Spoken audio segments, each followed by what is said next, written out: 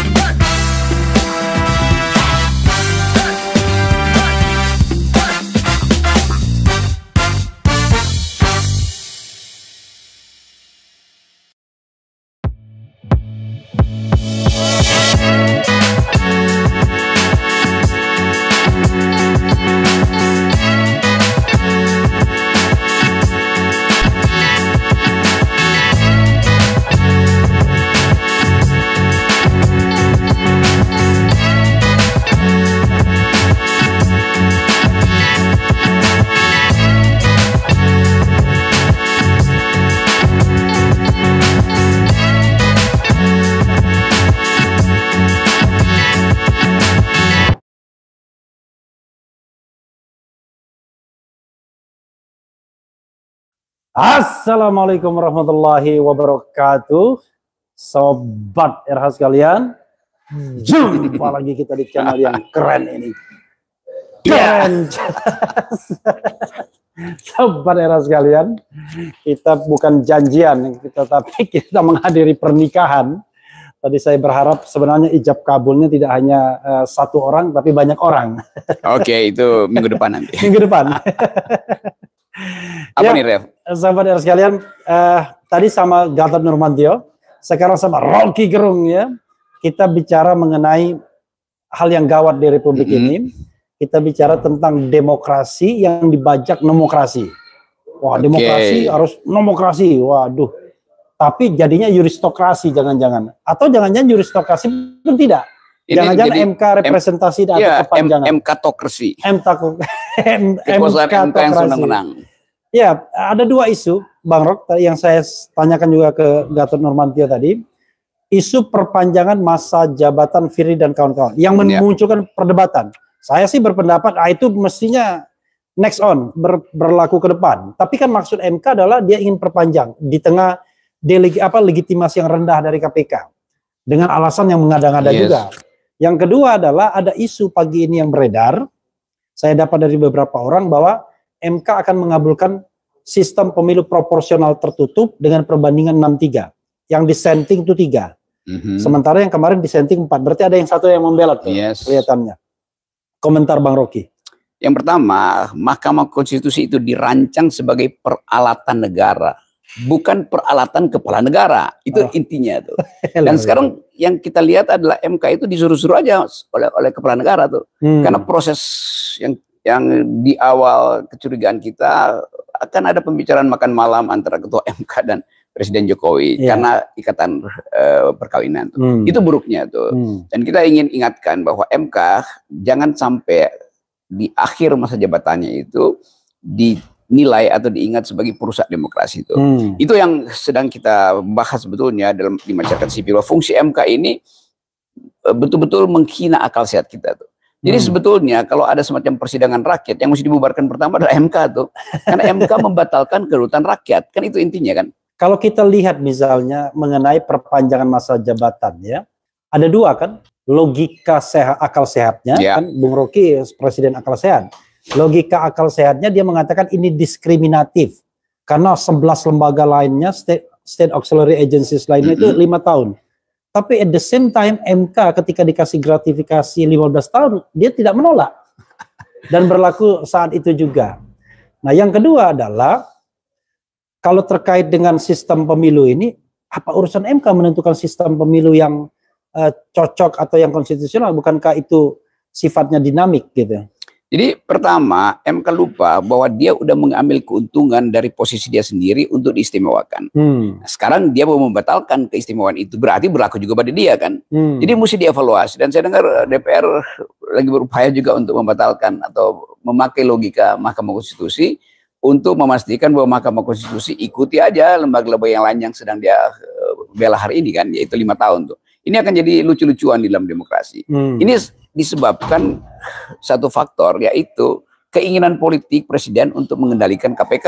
Karena itu peralatan presiden harus dipastikan masih bekerja di tahun politik. Jadi semua isu tentang ya ini soal judicial review basisnya udah bukan. Tetap ini adalah peralatan presiden. Jadi kita mesti mulai dengan satu kritik bahwa MK telah menjadi peralatan kepala negara, bukan lagi peralatan negara. Itu yang lain ya kita bisa diskusikan. Tapi yang inti sekarang rakyat mesti tahu bahwa termasuk bocoran atau semacam analisis dari awal bahwa MK pasti akan meloloskan soal sistem pemilu itu, dan itu memang bukan wilayah MK. Tetapi karena ini pesanan politik untuk memungkinkan Presiden Jokowi regain political power dia itu, hanya ini caranya tuh, supaya nanti masih ada kerusuhan sedikit, ada basa-basi, ada kasak-kusuk, dan partai-partai yang sebetulnya potensial untuk beroposisi juga bisa dibajak oleh pemerintah. Keinginan DPR untuk meneruskan posisi dia tanpa ada pemilu itu menguntungkan secara material, gajinya nggak berubah tuh. Jadi semua ini adalah permainan yang kotor dan itu yang merusak demokrasi. Bang Rok, jadi ketika katakanlah ada kekuasaan mendeklarasikan Ganjar sebagai calon presiden, ada juga rencana Prabowo mungkin berpasangan dengan siapapun, kemudian ada koalisi perubahan, orang kemudian menganggap sudah selesai yang namanya isu penundaan pemilu dan perpanjangan masa jabatan. Bahkan relawannya pun dibubarkan kemarin itu.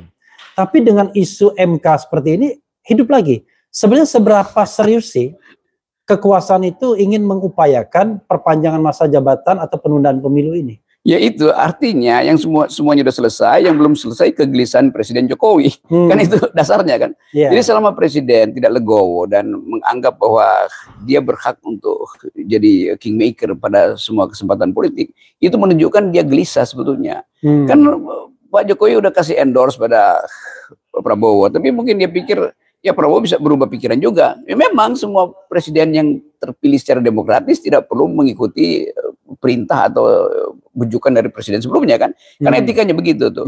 Bahkan terhadap Ganjar yang seharusnya Pak Jokowi bilang itu kan agen saya di PDIP, dan dia merasa bahwa Ganjar pada akhirnya nggak bisa dia kuasai lagi tuh. Jadi Jokowi kesepian secara politik. Nah kesepian itu kita mau tanya kenapa? Kesepian bisa basisnya ketakutan, kan itu dasarnya. Kalau kesepian basisnya adalah wisdom, kebijaksanaan, maka dia akan bilang silahkan jalan, saya memantau dari belakang.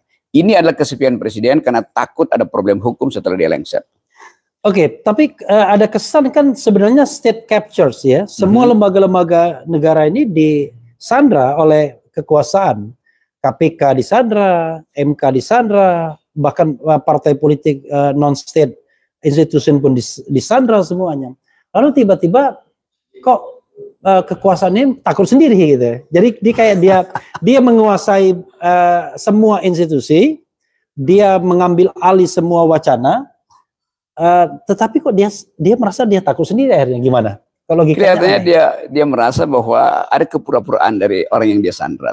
Jadi sebetulnya menyandra itu kan harus ada bukti bahwa kekuasaan penyandra itu ada di atas kekuasaan yang tersandra. Nah sekarang itu sama seperti apa namanya itu sindrom Stockholm itu, yang menyandra sebetulnya setuju dengan yang disandra, lalu dia mulai panik sendiri itu. Padahal sebetulnya biasa aja tuh. Nah keadaan ini yang menunjukkan di dalam banyak analisis Jokowi tetap takut. Dia sebagai penyandra tapi dia takut disandra balik ketika kekuasaan berubah.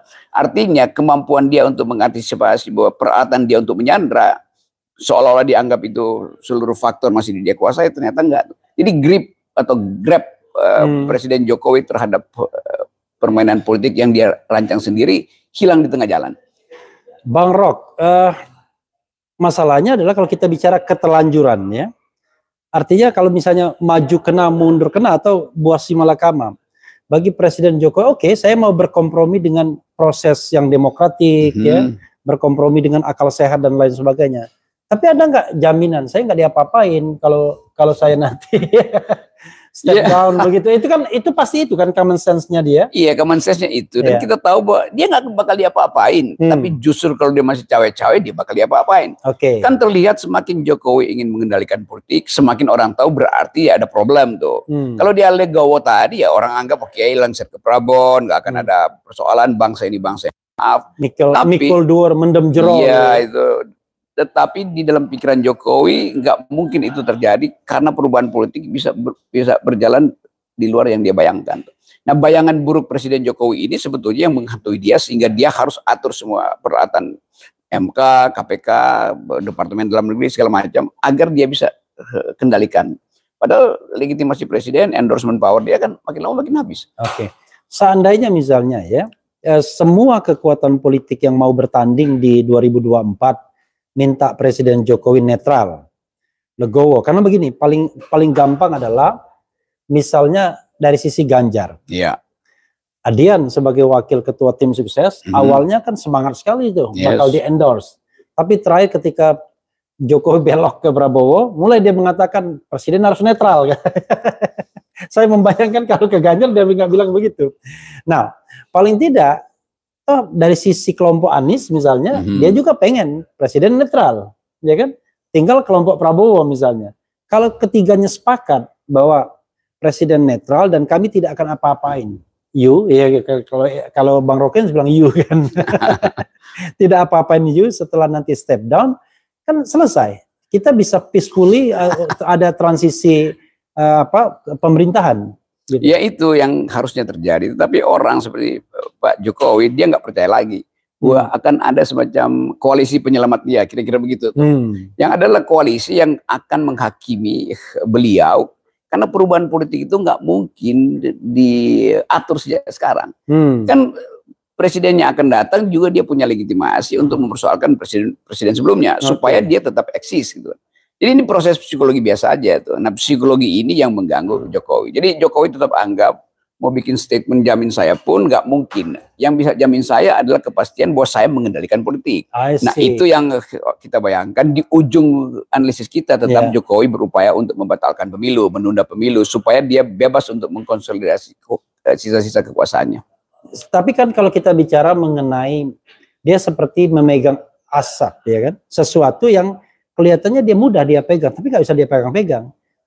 Let's say katakanlah yang berkuasa yang dia endorse, ya? Tapi yang tidak ada jaminan bahwa dia pun tidak diapa-apain ketika rakyat pun bergerak meminta bahwa dia harus misalnya ya, ini misalnya dia harus diproses misalnya. Ya itu poinnya di situ. Jadi Jokowi ini sebagai politisi itu seperti lagi nunggang macan. Kalau dia berhenti dia diterkam oleh si macan. Kalau dia jalan terus dia kelelahan juga tuh. Jadi dia bingung mau ngapain tuh. Sementara nggak ada pohon yang dia bisa tangkap untuk dia bergelantungan di situ kan. Ini keadaan yang berbahaya sebetulnya. Dan selama itu tidak bisa diselesaikan sendiri oleh Jokowi, nggak ada yang mau bantu dia.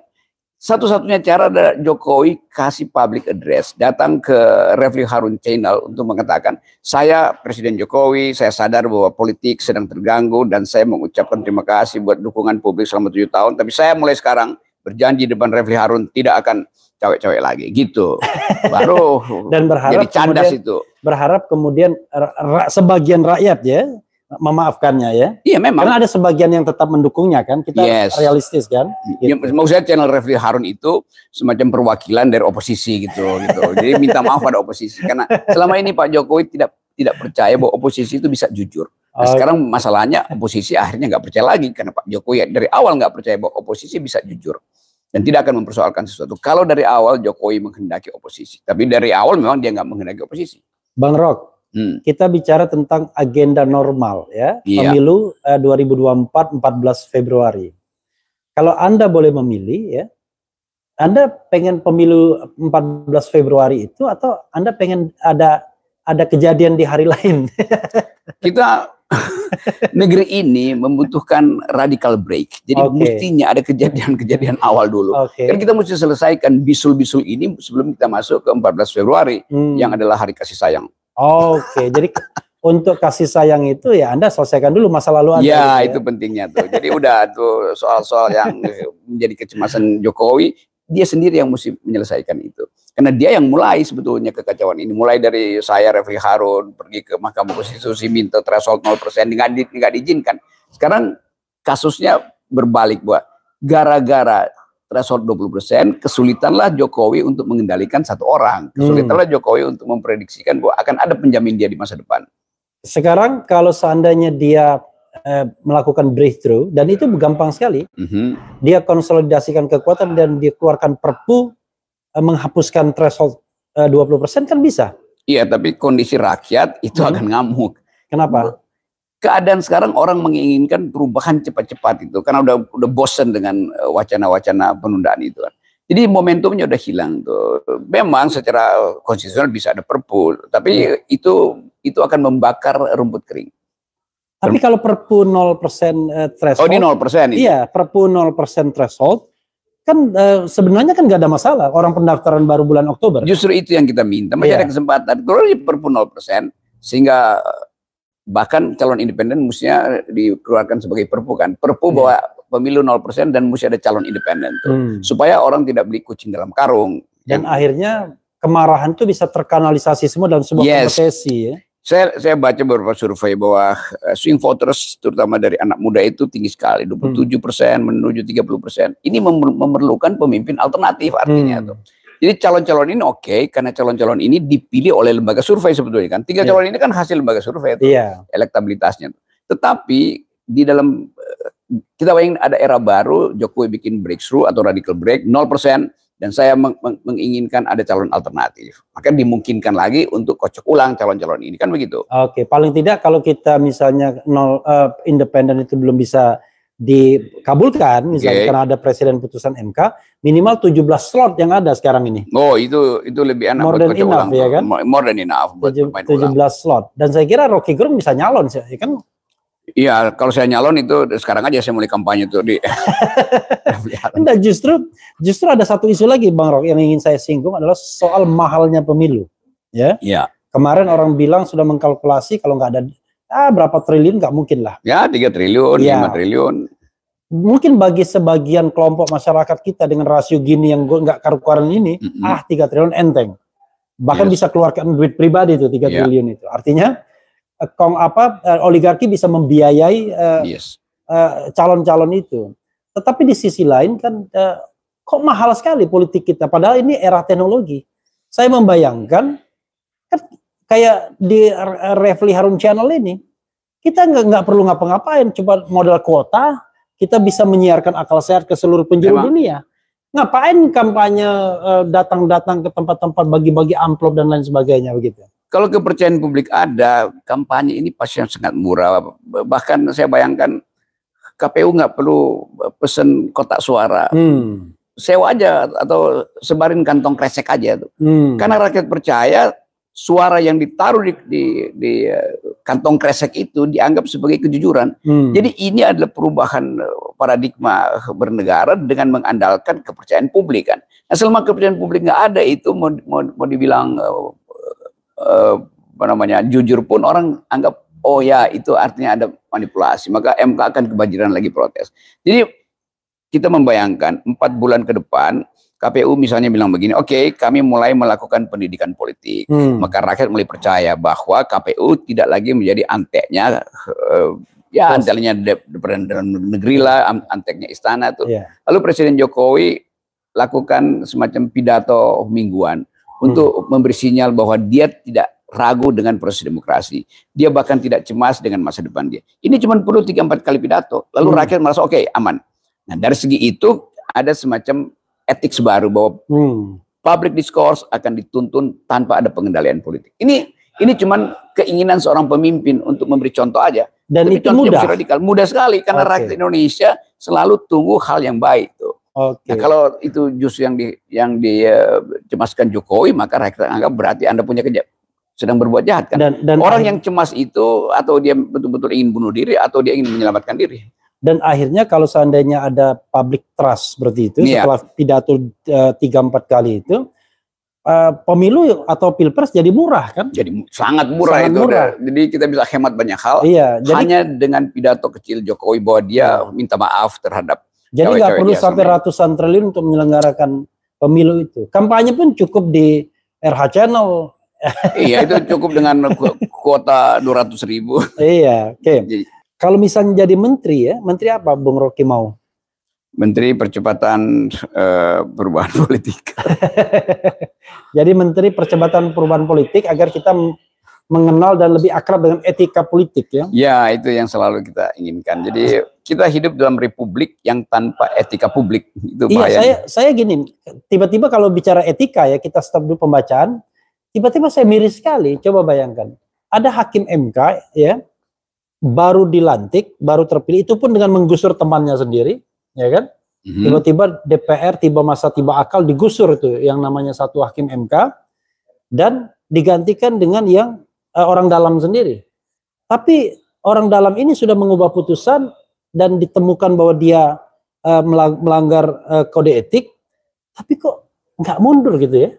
Iya, karena dia juga merasa bahwa yang dia lakukan itu secara moral lebih rendah dari hal-hal lain yang dilakukan Pak Jokowi kan. I see. Jadi etik itu kan nggak bisa ditukar tambah tuh. Bahwa itu salah ya salah, nggak perlu lagi ada semacam ini salah kecil itu. Jadi bangsa ini tidak dididik untuk pergi pada prinsip-prinsip awal pembentukan negeri ini, yaitu republik. Republik itu semua urusan publik itu dibuka, bukan disembunyikan dalam kasak-kusuk, termasuk kasak-kusuk koalisi itu.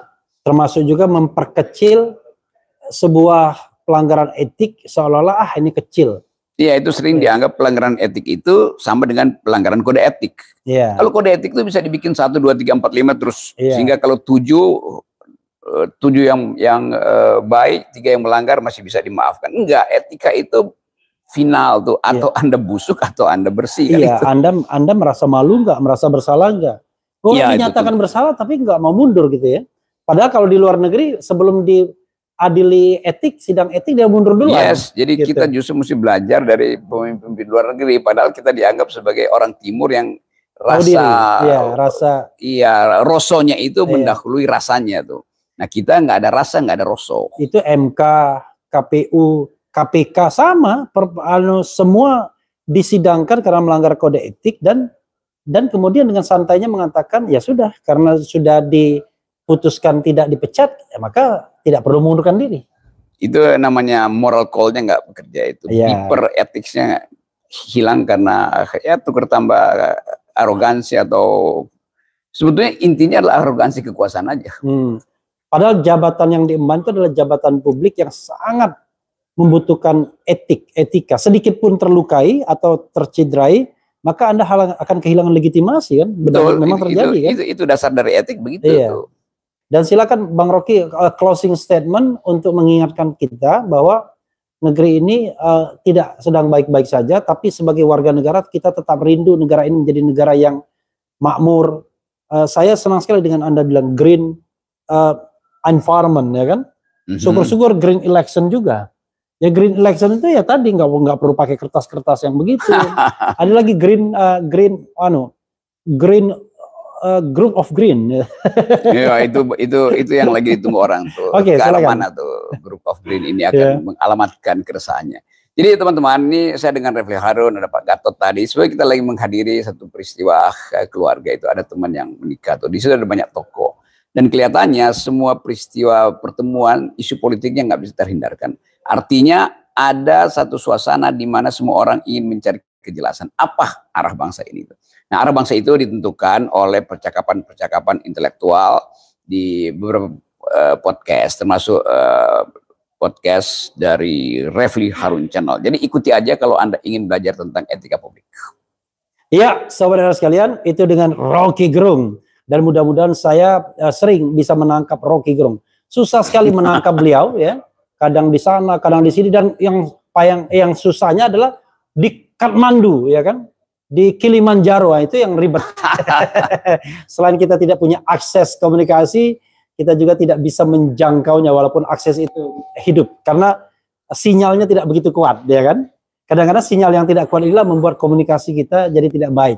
Padahal yang kuat sekarang adalah sinyal perubahan, tuntutan sinyal perubahan. Oke. Mudah-mudahan kita menjadi bagian dari perubahan. Wassalamualaikum warahmatullahi wabarakatuh. Waalaikumsalam. Salam akal sehat.